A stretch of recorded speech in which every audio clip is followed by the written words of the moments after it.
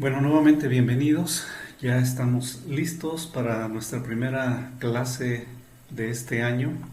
Bendito sea Dios por ello. Y vamos a hacer una oración para empezar con este estudio en esta mañana.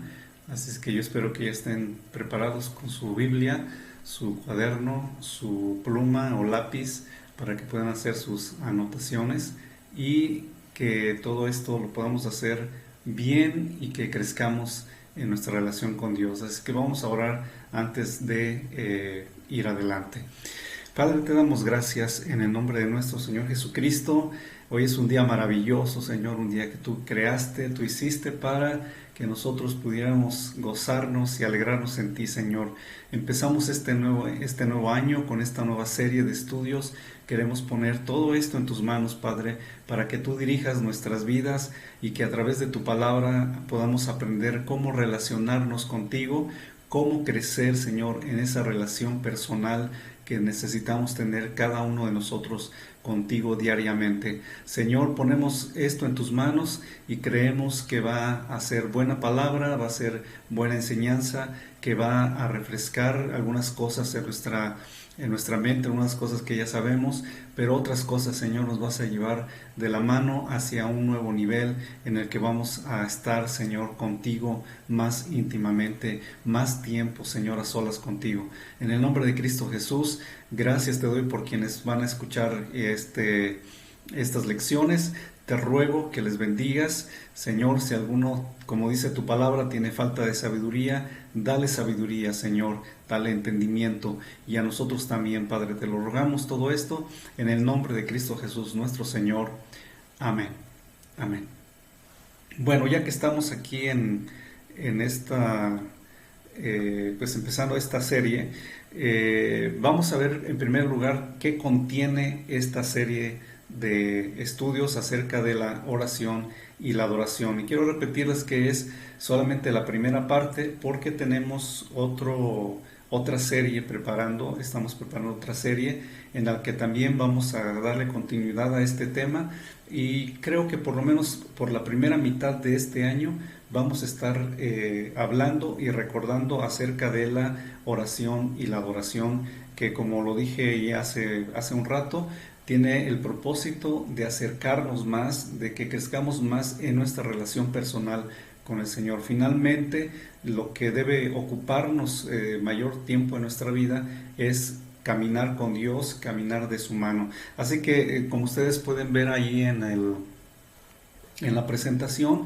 tenemos el título ya de la serie, que es Oración y Adoración, y vamos a ver el contenido de esta serie y cómo vamos a ir avanzando.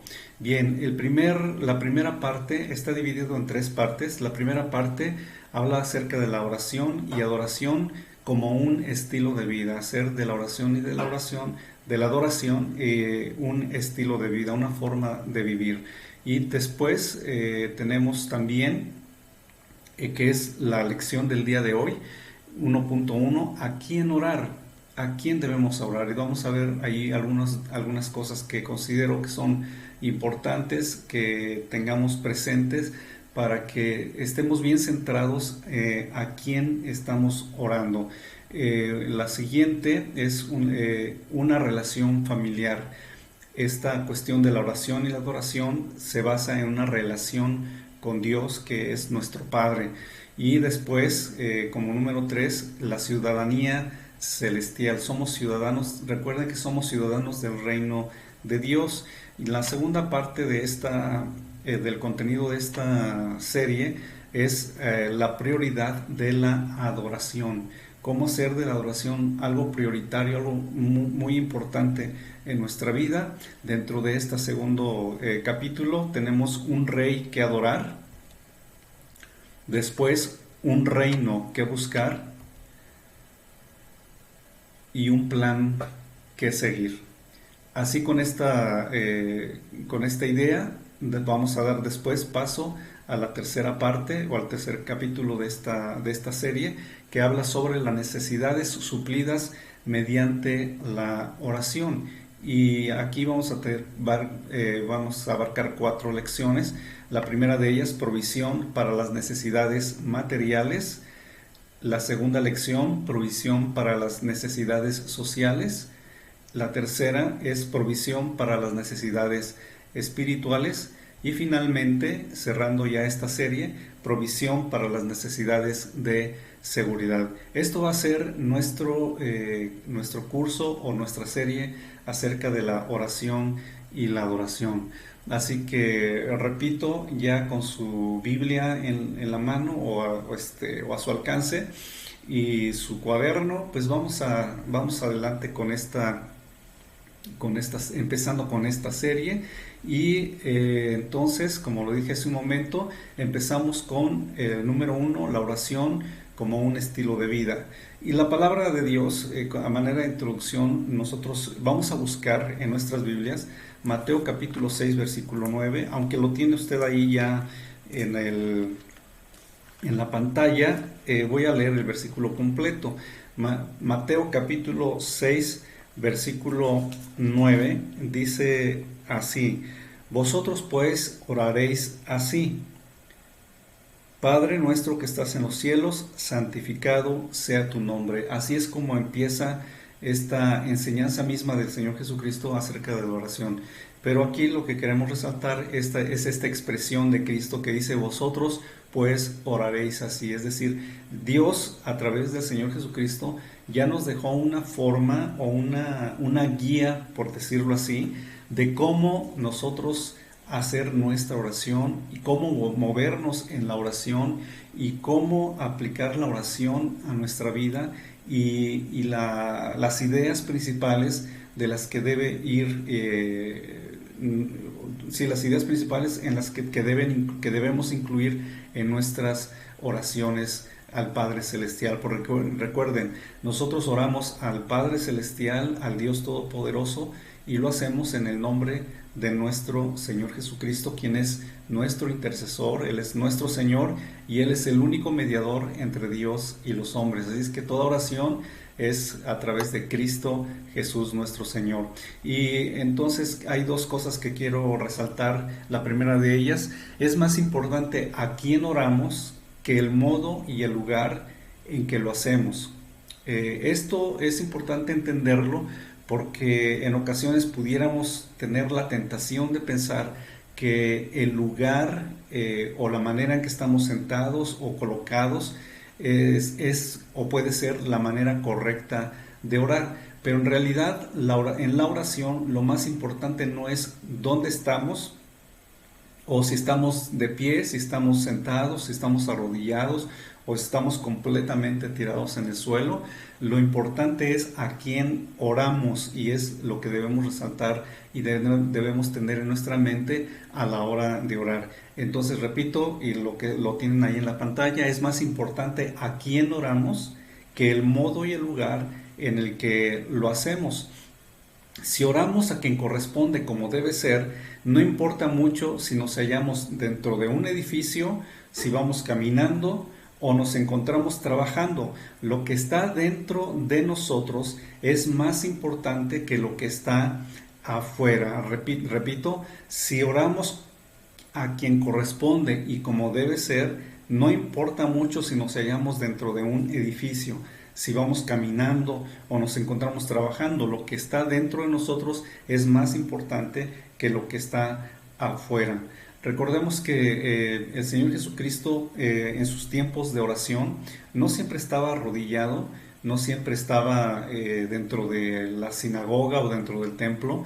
Jesucristo oraba con la gente y oraba con sus discípulos al aire libre prácticamente. No siempre se encontraba en un lugar dedicado especialmente para la oración, porque a veces lo que ocurre con estas ideas un poquito extraviadas, no muy bien centradas, es que hacemos más énfasis en el lugar o la posición que en quién oramos.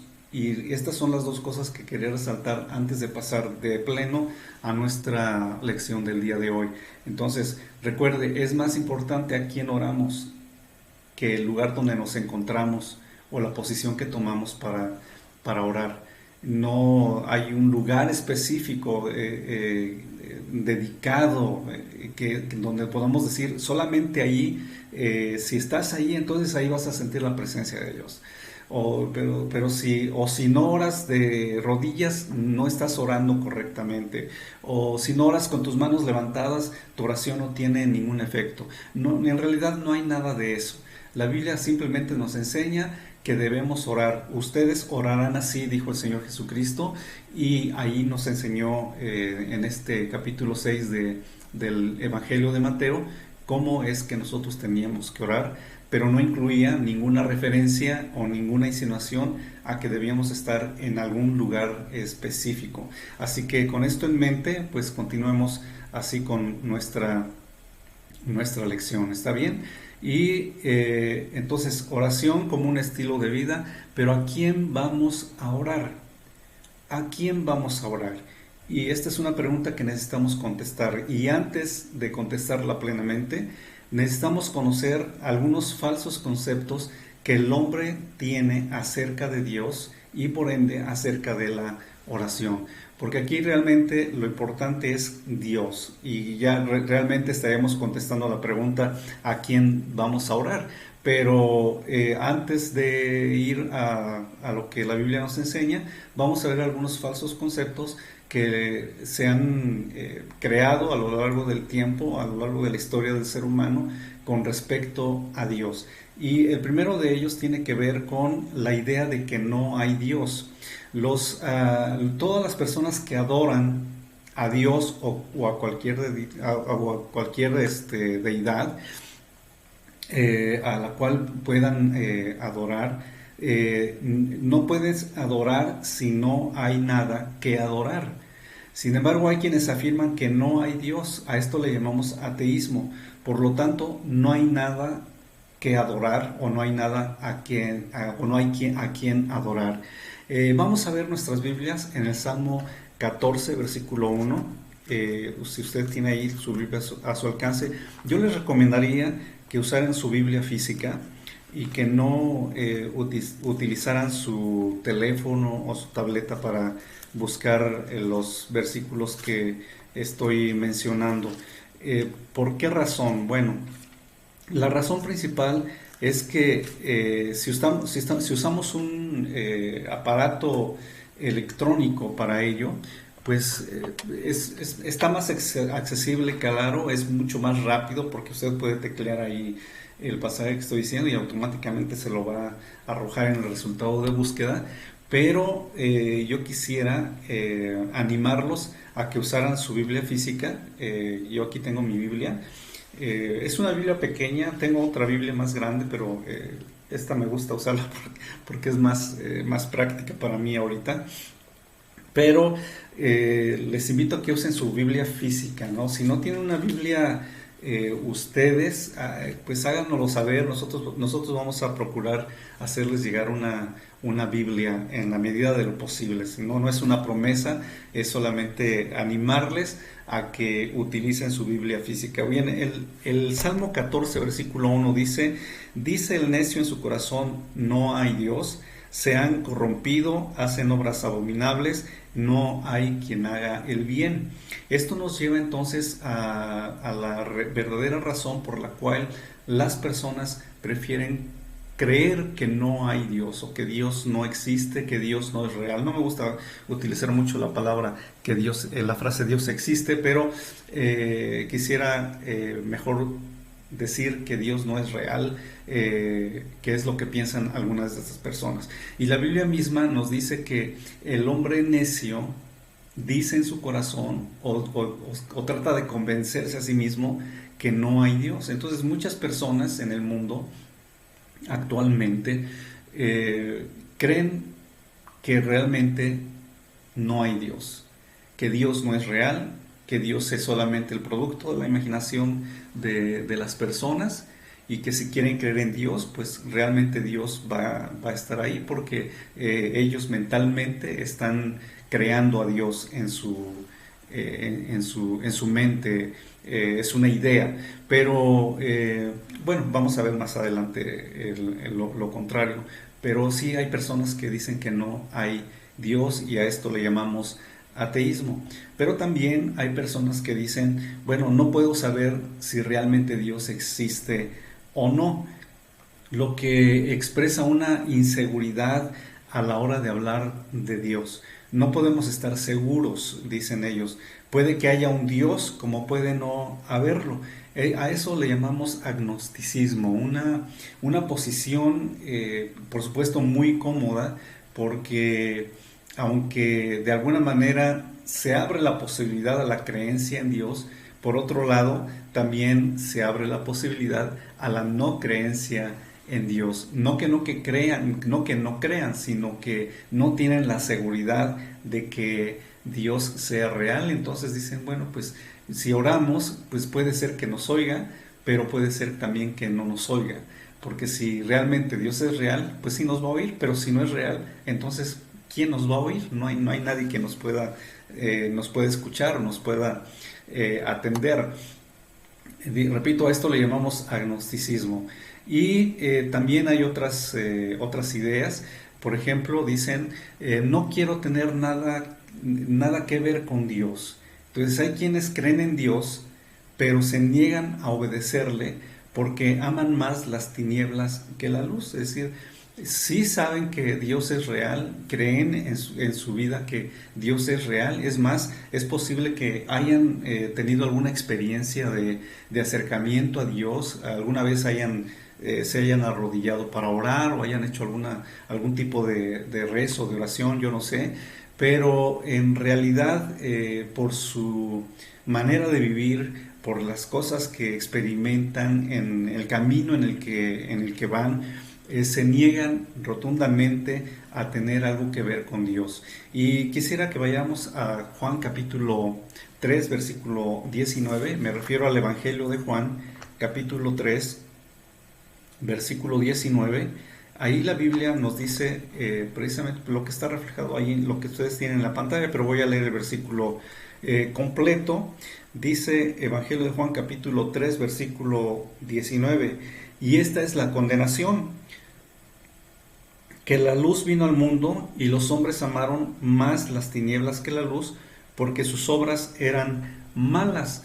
Es decir, pero aquí hay un elemento más, que es que aunque creen en Dios, se sienten tan culpables, se sienten tan apesadumbrados o sienten una carga tan pesada que su conciencia misma les ha creado la idea de que así en el estado en que están, en el estado que se encuentran, pues no pueden acercarse a Dios. Son tantos sus pecados, son tantos los errores que han cometido, que consideran que no pueden acercarse a Dios. Nada más alejado de la realidad, nosotros lo sabemos, pero muchas personas no lo saben. Así que prefieren no tener nada que ver con Dios antes de acercarse a Dios. Pero por otro lado, porque también, como termina el versículo 19 del Evangelio de Juan capítulo 3, porque sus obras eran malas, es decir, su mismo estilo de vida, su misma forma de ser, les impide,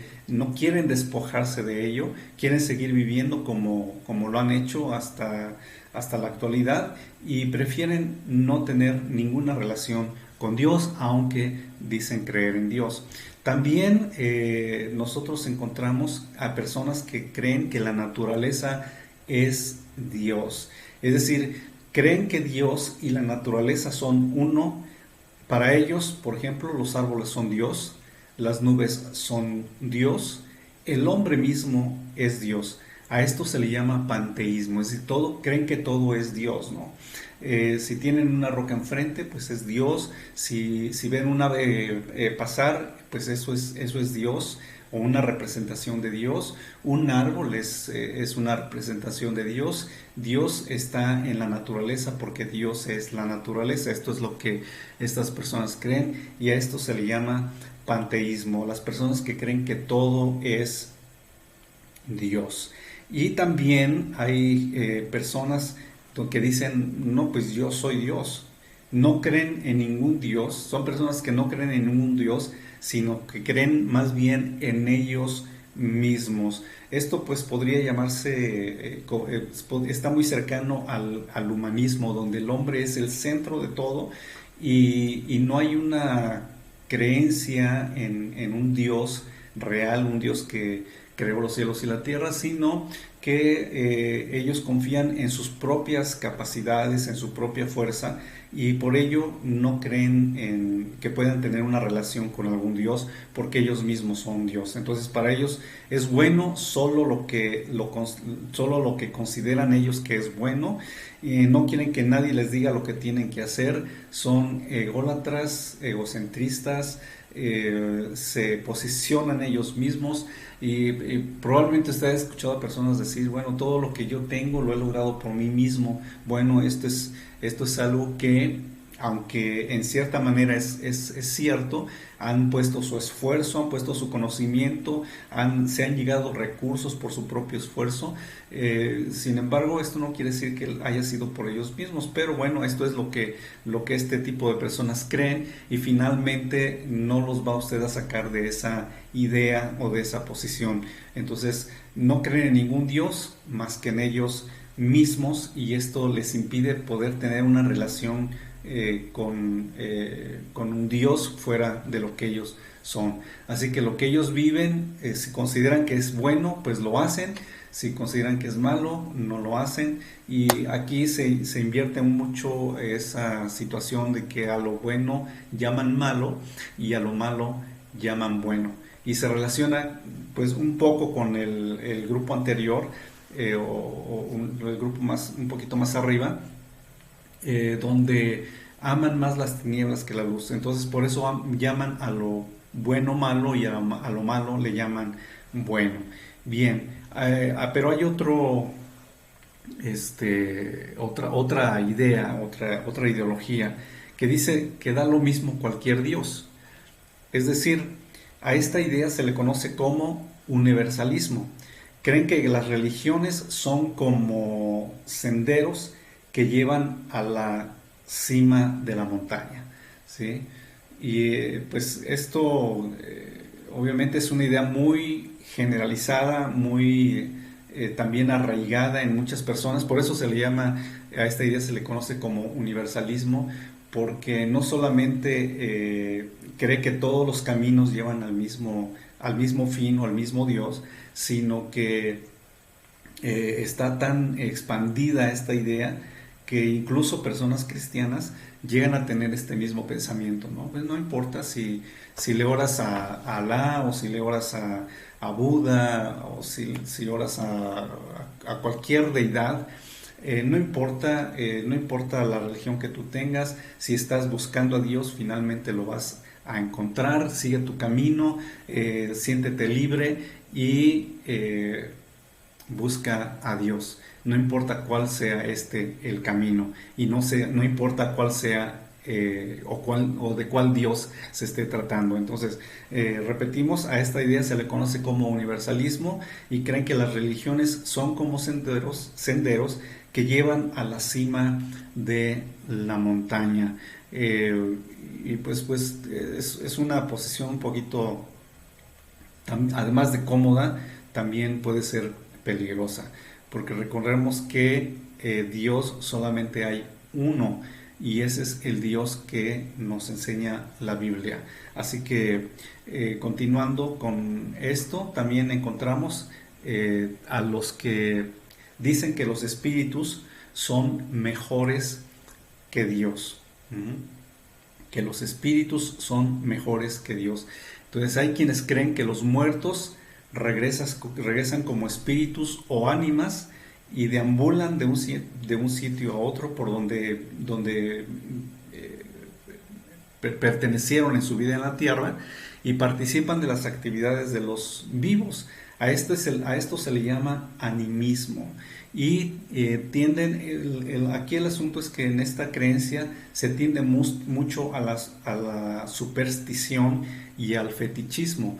Es decir, hay objetos que vienen a tomar una posición relevante en esta creencia, y que esta asociación con los objetos se vuelven también objetos de superstición.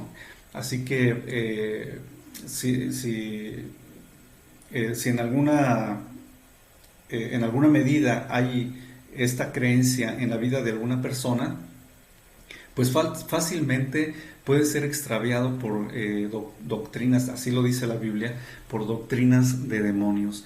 Porque recordemos que los muertos o los que ya murieron no regresan con los vivos o no puede tener una relación real con los vivos. El que está muerto ya, pues ya partió, no solamente su cuerpo quedó allí en el sepulcro o fue incinerado, sino que su espíritu, su alma ya está en algún lugar reservado por Dios para que allí espere hasta el día final. Así que estas son las ideas principales que los hombres han desarrollado a lo largo del tiempo acerca de Dios. Pero nosotros, por supuesto, no nos ubicamos en ninguna de estas cosas, sino que sí creemos en un solo Dios. Creemos que este Dios fue el que creó los cielos y la tierra, y este Dios es el que nos anima y a través de su Espíritu Santo nos mueve para tener una relación íntima con Él a través de nuestro Señor Jesucristo. Y Jesucristo es el Hijo de Dios, el unigénito Hijo de Dios, quien Dios regaló al mundo para que todo aquel que cree no se pierda, sino que tenga la vida eterna. Así que con habiendo revisado estas ideas erróneas acerca que el hombre tiene acerca de Dios, pues entonces vamos a la siguiente parte. El Dios que se revela a sí mismo. Es decir, el hombre, como ya lo he expresado en algunos mensajes y lo he expresado también en algunos estudios anteriores de la palabra de Dios, el hombre no se acerca a Dios voluntariamente. El hombre necesita ser buscado por Dios y Dios se revela a sí mismo. Es decir, Dios viene y se revela al hombre, y principalmente de tres maneras Dios se ha revelado a los hombres, como lo vamos a ver en un momento. La primera de ellas es que Dios se revela a través de la palabra escrita.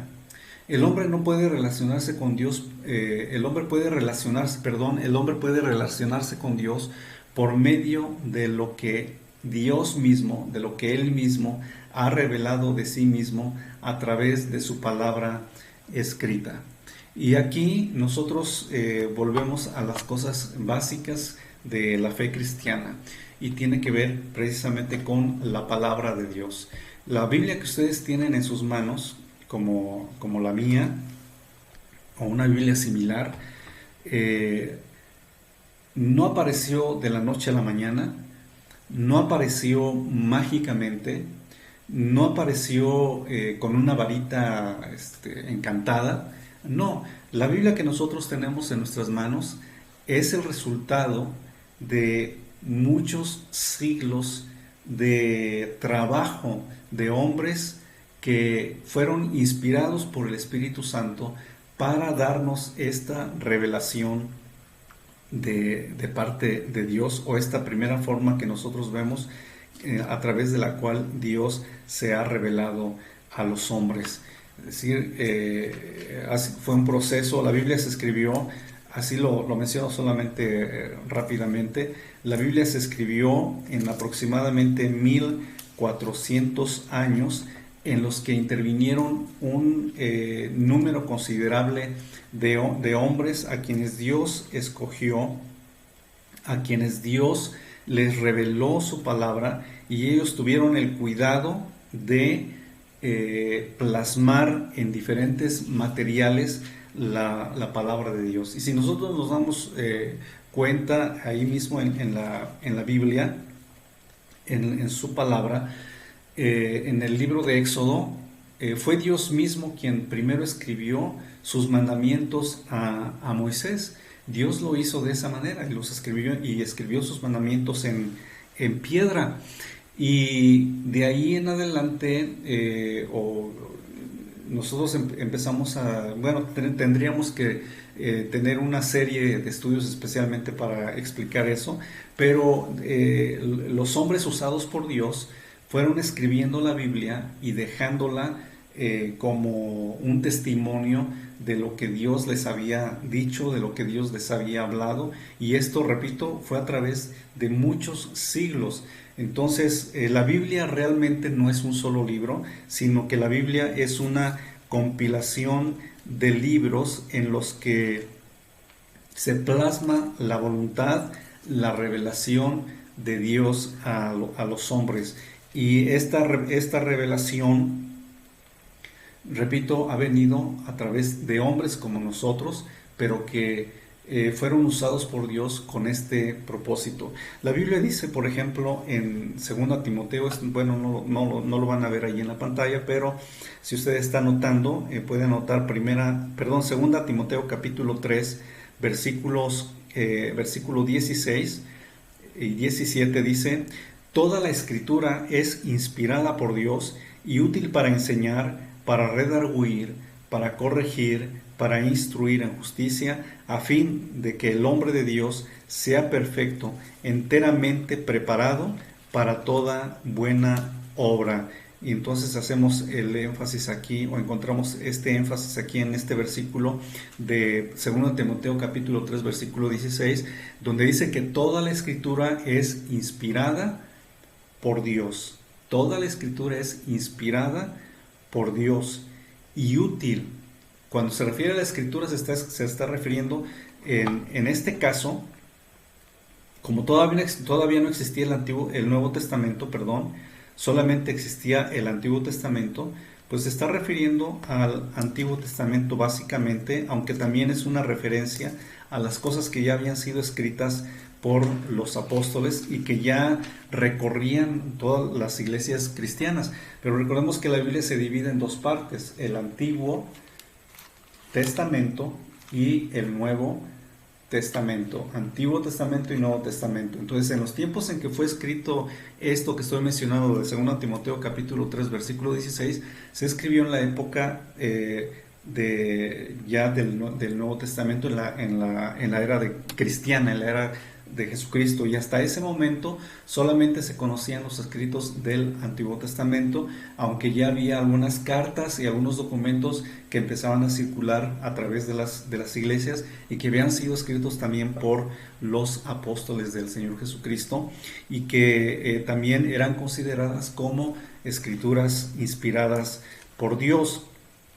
Así que si nosotros vemos también en la palabra de Dios, el énfasis que está ahí es que toda escritura es inspirada por Dios, es decir, Dios lo inspiró a estos hombres, y por eso hasta el día de hoy, ya tiempo después, ya tengo la tentación de hacer una serie de todo esto del origen de la Biblia, pero nos vamos a quedar así con esta corta, muy escueta información acerca de las escrituras. Pero hago nuevamente el énfasis: la escritura fue inspirada por Dios y es la forma en que Dios se ha revelado también a través a nosotros, a los seres humanos, no específicamente a nosotros, sino a todos los seres humanos, a través de la historia. Y la Biblia, recordemos, ha sido el libro más perseguido que cualquier otro, el libro más prohibido, el libro sobre el que hombres y gobiernos han ordenado su destrucción, su desaparición, pero hasta el día de hoy, por la gracia de Dios, no ha sucedido nada de eso. Sigue siendo la palabra de Dios, sigue circulando y ha sido traducida a miles de idiomas en todo el mundo. Es el libro o la compilación de libros, dijimos que eso significa la Biblia, que más se ha distribuido por todo el mundo. Ahora, eso no demuestra que sea la palabra de Dios, pero un estudio conciso, minucioso de las Sagradas Escrituras nos revelan que Dios sí se ha revelado a través de las Escrituras. Entonces, para nosotros, la Biblia no solamente contiene palabra de Dios, como algunos creen, no. Nosotros creemos que la Biblia es la palabra de Dios en sus escritos originales. Después de los escritos originales, pues hay muchas traducciones, muchas de esas traducciones son traducciones hechas a modo, pero esencialmente, fundamentalmente, en su escrito original, la Biblia es la palabra de Dios y es la palabra a través de la cual Él se ha revelado a nosotros. Bien, la segunda forma en que Dios se ha revelado a sí mismo es a través de Jesucristo, su unigénito Hijo, su único Hijo. Dios se manifestó a los hombres por medio de su único Hijo, que es Jesucristo. Y esto nosotros lo vemos bien marcado en la Biblia. Usted busque conmigo en su Biblia. Por supuesto, un versículo al que recurrimos con mucha frecuencia. Evangelio de Juan capítulo 3, versículo 16, donde dice: porque de tal manera amó Dios al mundo, es más, muchos lo sabemos de memoria, que ha dado a su Hijo unigénito para que todo aquel que en él cree no se pierda, mas tenga vida eterna. Porque no envió Dios a su Hijo al mundo para condenar al mundo, sino para que el mundo sea salvo por él. El que cree o el que en él cree no es condenado, pero si no cree ya ha sido condenado, porque no ha creído en el nombre del unigénito Hijo de Dios. Y ahí va un versículo enseguida que ya hemos leído anteriormente, pero que estas escrituras nos hablan acerca de cómo Dios mismo se ha revelado a través de Jesucristo, su único Hijo. Y si vamos ahí mismo en el Evangelio de Juan, en el capítulo 1, versículo 1, dice la palabra de la siguiente manera: en el principio era el Verbo, y el Verbo era con Dios, y el Verbo era Dios. La palabra. Otra traducción dice: en el principio era la palabra, y la palabra era con Dios, y la palabra era Dios. ¿Y quién es esa palabra? Jesucristo. Jesucristo es la palabra encarnada, la palabra. Recordamos que hay una palabra escrita, pero también ahí está la palabra encarnada, la revelación a través de Jesucristo, el unigénito Hijo de Dios, que es a través de Él como nosotros podemos lograr tener ese contacto, esa conexión con Dios, ese acercamiento a Dios, porque si no fuera por Jesucristo, los seres humanos no podríamos acercarnos ni no podríamos pretender tener una relación con Dios a causa de nuestro pecado, a causa de la maldad del ser humano. Pero a través de Jesucristo sí podemos acercarnos a Dios. Jesucristo nos abrió las puertas para poder tener una relación personal con Dios. Así es que la segunda forma en que Dios se ha revelado al hombre, se ha revelado a sí mismo al hombre, es número uno, a través de las escrituras, de la palabra escrita, pero número dos, a través de Jesucristo, el unigénito Hijo de Dios. Y la tercera forma en que Dios se ha revelado es a través de su Espíritu Santo. El Espíritu Santo es el que hace que nosotros tengamos esa convicción, esa revelación de Dios, en la que nosotros podemos tener ese conocimiento de Dios a través de la revelación del Espíritu Santo, ¿no? Denme un momento.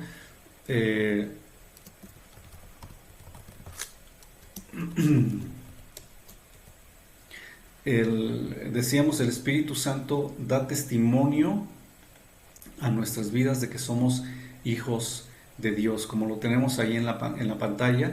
Y vamos a ver la palabra de Dios en Romanos capítulo 8, versículo 16. Búsquelo ahí en su Biblia, por favor.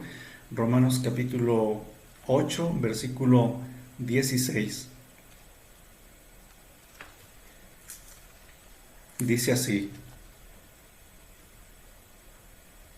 Dice: el Espíritu da testimonio a nuestro espíritu de que somos hijos de Dios. El Espíritu Santo nos fue dado, Jesucristo mismo lo dijo: no los dejo solos, sino que enviaré al Consolador, y Él les recordará todas las cosas que yo les he hablado, y Él dará testimonio de mí. El Espíritu Santo es el que convence al mundo del pecado, de justicia y de juicio, pero el Espíritu Santo es el que da testimonio, es el que testifica a nuestro espíritu de que somos realmente hijos de Dios, de que hemos sido abrazados, hemos sido adoptados por Dios como sus hijos, por la fe que hemos puesto en nuestro Señor Jesucristo. Pero es el Espíritu Santo quien da esta convicción. Y aquí recuerdo lo que el Señor Jesucristo le dijo a Pedro cuando Jesús preguntó a los discípulos: ¿y ustedes quiénes dicen que soy yo? Y Pedro respondió: tú eres el Mesías, eres el ungido de Dios, el Hijo del Dios viviente. Y entonces Jesús le responde a Simón Pedro, o Pedro simplemente: bienaventurado eres, Simón, hijo de Jonás, porque no te lo reveló carne ni sangre, sino mi Padre que está en los cielos. Esta revelación viene directamente de Dios. Entonces Dios también, a través de su Espíritu, nos revela al Padre, nos revela esa magnificencia de Dios, y pone en nuestro corazón la realidad de Dios, que Dios es real para cada uno de nosotros, y que Él no es un Dios ausente, sino que es un Dios que está presente, hablando a nuestra vida y hablando a nuestro corazón. Entonces Dios nos ha hablado, o lo que Él ha revelado de sí mismo, acerca de Él mismo, es a través de la palabra escrita, a través de su Hijo unigénito, Jesucristo, y a través de su Espíritu Santo. Entonces Dios se ha revelado a sí mismo. Y vamos a ver ahora la enseñanza de Cristo sobre la oración. La enseñanza de Cristo sobre la oración. Y en esta parte vamos a ver primero, Cristo nos enseñó a orar en secreto y con sencillez. Vamos a ver dos versículos de la Biblia. En Lucas capítulo 11, versículo 1. Lucas capítulo 11, versículo 1. El primer versículo dice así la palabra. Lucas 11, 1. Aconteció que estaba Jesús orando en un lugar, y cuando terminó, uno de sus discípulos le dijo: Señor, enséñanos a orar, como también Juan enseñó a sus discípulos. Y le dijo: cuando oréis, decid: Padre nuestro que estás en los cielos, santificado sea tu nombre. Y vamos ahora a ver Mateo capítulo 6, versículo 5. Mateo capítulo 6, versículo 5. Dice de la siguiente manera: y cuando ores, no seas como los hipócritas, porque ellos aman el orar en pie en las sinagogas y en las esquinas de las calles, para ser vistos de los hombres. De cierto os digo que ya tienen su recompensa. Así que lo primero que nosotros aprendemos acerca de la oración es la oración en secreto y la oración con sencillez, no usando vanas repeticiones, como enseña aquí el Señor en su palabra, y haciendo la oración personal, la oración en secreto. La oración en secreto, más que estar en un lugar aislados, quiere decir que es la actitud que nosotros tenemos a la hora de orar. Es decir, oramos individualmente en ocasiones, pero también en otras ocasiones oramos en grupo, oramos delante de otros. La situación aquí es que a veces cuando oramos delante de otros, las personas se fijan tanto, o ponen tanto su atención en lo que está diciendo el que está dirigiendo la oración, o lo que está haciendo la oración en voz alta sobre los demás, es que ponemos más atención en quien está orando que lo que está orando. Y nosotros tenemos que poner atención a lo que se ora, a lo que se pide, a lo que se expresa, más que a la persona que está haciendo la oración. Porque cuando nosotros hacemos ese énfasis, pues dejamos a un lado la oración en secreto, ¿sí?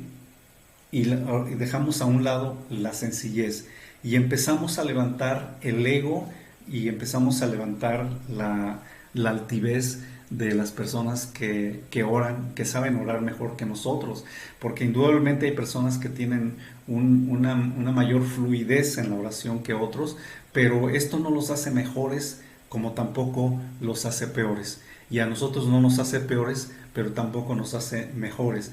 Por eso necesitamos poner énfasis en que la oración debe ser una oración que surja de la sencillez, de la humildad del corazón, y no una oración pomposa, una oración muy elaborada, que finalmente no diga nada y que solamente nos sorprenda, porque como dice el versículo 5 de Mateo capítulo 6, dice: cuando ores no seas como los hipócritas, porque ellos aman el orar en pie en las sinagogas.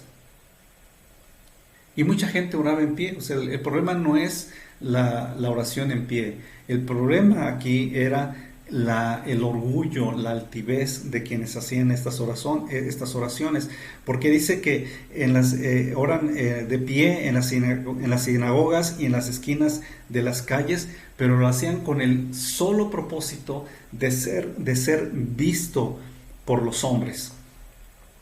Esa era su única finalidad. O sea, realmente no les importaba. Recordemos que Jesucristo revelaba el corazón de los hombres. A ellos no les importaba si oraban a Dios o no oraban a Dios. Lo único que les importaba, si su oración era sencilla o era muy elaborada. Lo que realmente les importaba era que todos los demás vieran y escucharan sus oraciones. Y si esa es nuestra actitud, necesitamos reflexionar, porque Dios va a escuchar la oración del humilde, de la oración de aquel que sabe llegar a su presencia con humildad y con sencillez de corazón. Así que esto es lo que primero necesitamos aprender sobre lo que Cristo enseñó acerca de la oración.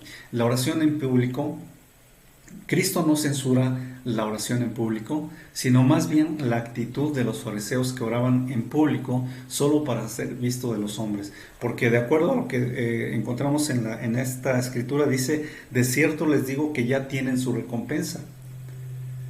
O sea, cuando nosotros venimos en oración a Dios, lo que más deseamos en nuestro corazón primero es que Dios escuche nuestra oración, es decir, que Dios esté atento a nuestra oración. Eso es lo que deseamos realmente, en primer lugar. En segundo lugar, que si traemos delante de Dios una necesidad, pues que Dios tome esa necesidad que nosotros tenemos en sus manos, habiéndonos escuchado, y que Él actúe de acuerdo a su voluntad en nuestras vidas. Pero el problema no era la oración en público en los fariseos, sino que ellos buscaban la gloria y la alabanza de los hombres. Así que por eso, repito lo que ya dije anteriormente, aunque me adelanté un poco, nosotros necesitamos aprender a llegar a Dios en lo secreto y con sencillez en nuestro corazón. Porque si oramos para que los demás piensen que sí oramos, o si oramos para que los demás vean que sí oramos, o elevamos una oración que elaboramos y es una oración bien estructurada, y lo hacemos solo con el propósito de impresionar a los demás, pues ahí está nuestra recompensa. Y nuestra recompensa va a ser la alabanza de los hombres, pero Dios no habrá escuchado nuestras oraciones. Así que necesitamos tener cuidado de cómo oramos, porque nuestra oración, recuerden, empieza por saber a quién oramos.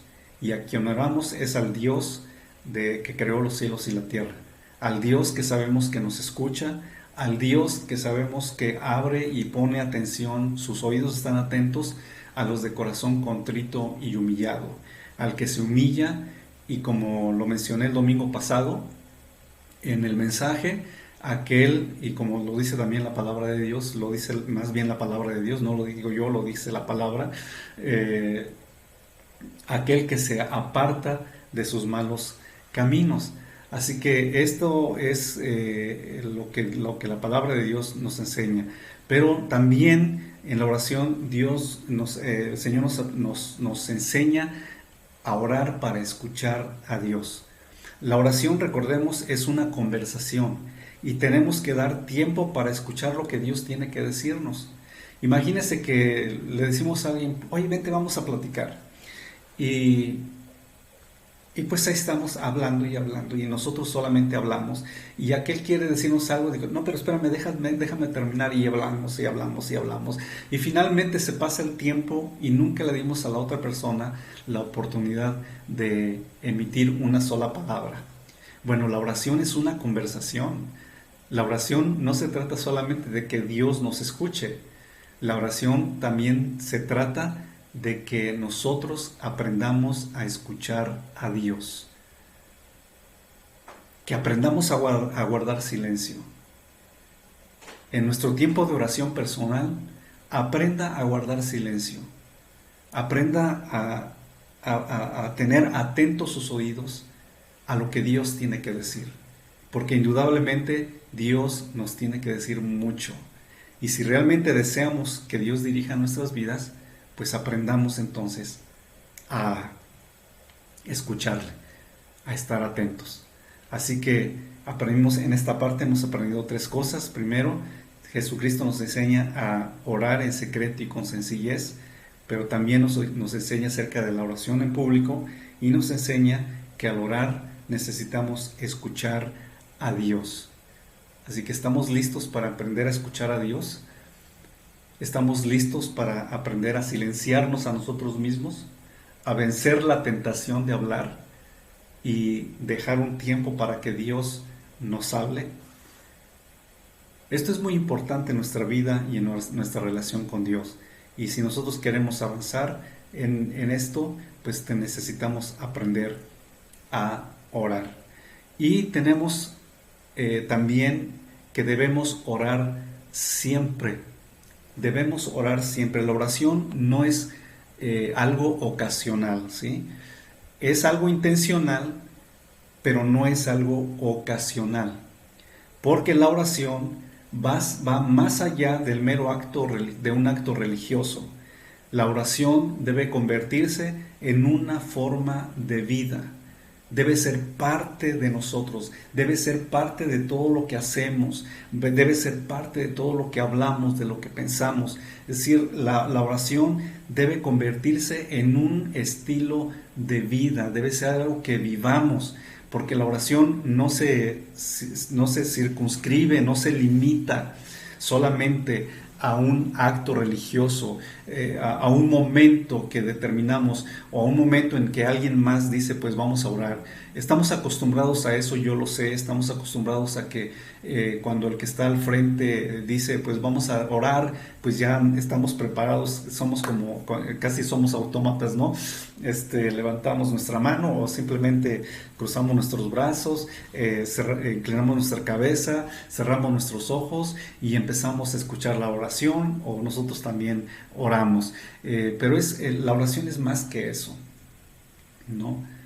Hay religiones como por ejemplo la religión maometana, donde hay tiempos específicos de oración.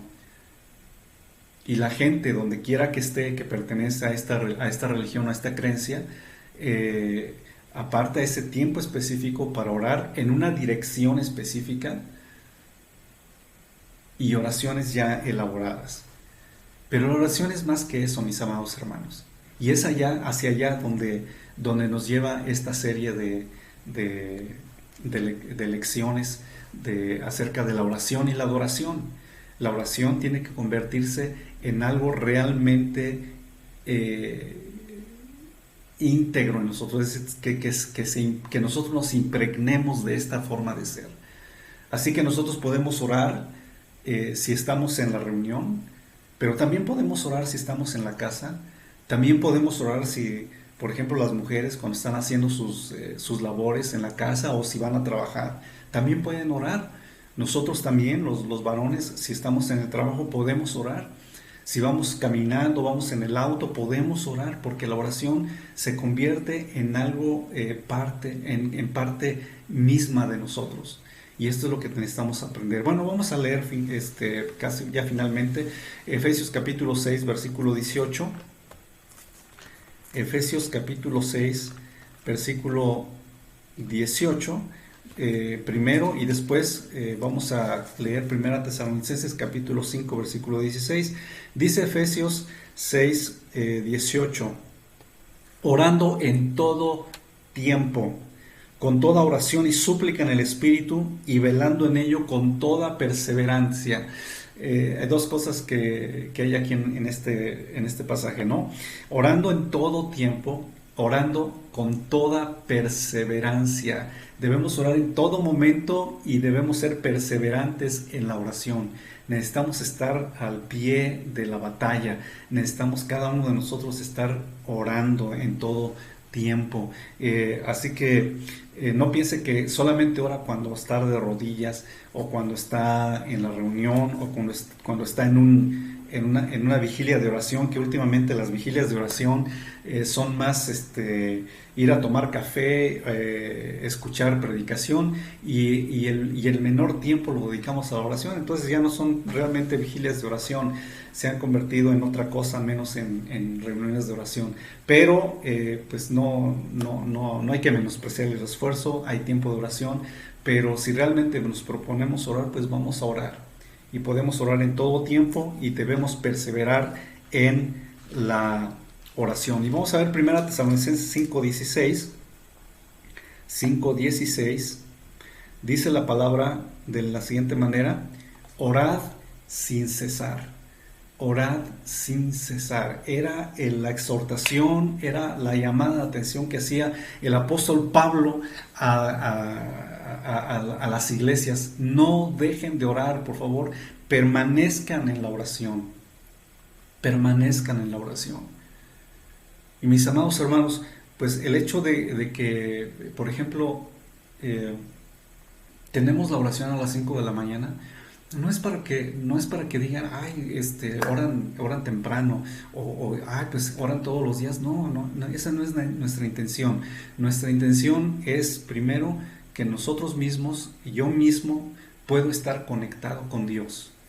Pero al mismo tiempo, quiero incentivarles a ustedes a permanecer en la oración, a no desmayar en la oración, a levantarnos y clamar a Dios, pedir a Dios, agradecer a Dios, darle a Dios el tiempo, el lugar que Él merece y que le pertenece. Así que todo esto nos tiene que enseñar y nos tiene que mover hacia la oración, a ser personas de oración. Y si nosotros podemos perseverar en la oración, orar en todo tiempo, como ya lo leímos, o orar sin cesar, pues eso nos va a tener plenamente conectados, identificados con el Dios a quien adoramos. Así que con esto en mente, mis amados hermanos, tenemos ya casi el cuadro completo. ¿Cuánto tiempo debemos orar? Pues no podemos determinar un tiempo específico que duren nuestras oraciones, pero Jesús, por ejemplo, pasaba largos tiempos, largos periodos en oración. Pero si tú dispones en tu corazón orar 5 minutos, media hora, 1 hora, 2 horas, yo que sé, eso debe estar en tu corazón y eso va a hablar de cuánto estás tú conectado con Dios en tu vida. Así que, finalmente, cerramos con esta pregunta. ¿Cómo podemos orar conforme a la voluntad de Dios? ¿Cómo podemos orar conforme a la voluntad de Dios? Recuerden que la voluntad de Dios es agradable y es perfecta. Y en su voluntad nosotros encontramos la perfecta dirección para la oración. Y Mateo capítulo 6 versículos 9 al 13 nos enseñan acerca de cómo orar de acuerdo a la voluntad de Dios. Ahí en esta escritura nos encontramos con este énfasis, ¿no? Pongamos atención en el siguiente orden: tu nombre, tu reino, tu voluntad. tu nombre, tu reino y tu voluntad. Porque también, de acuerdo a Mateo capítulo 6, versículo 33, que voy a leer, ya hemos leído parte del capítulo 6 acerca de la oración de Cristo. Ustedes pueden leerlo ahí más adelante, bueno, ya en algún otro momento. El Mateo 6:33 dice: mas buscad primeramente el reino de Dios y su justicia, y todas estas cosas os serán añadidas. Buscad primeramente el reino de Dios y su justicia, y todas estas cosas serán añadidas. Entonces, la voluntad de Dios es que nosotros oremos en su nombre, busquemos su reino y busquemos su voluntad perfecta en nuestras vidas.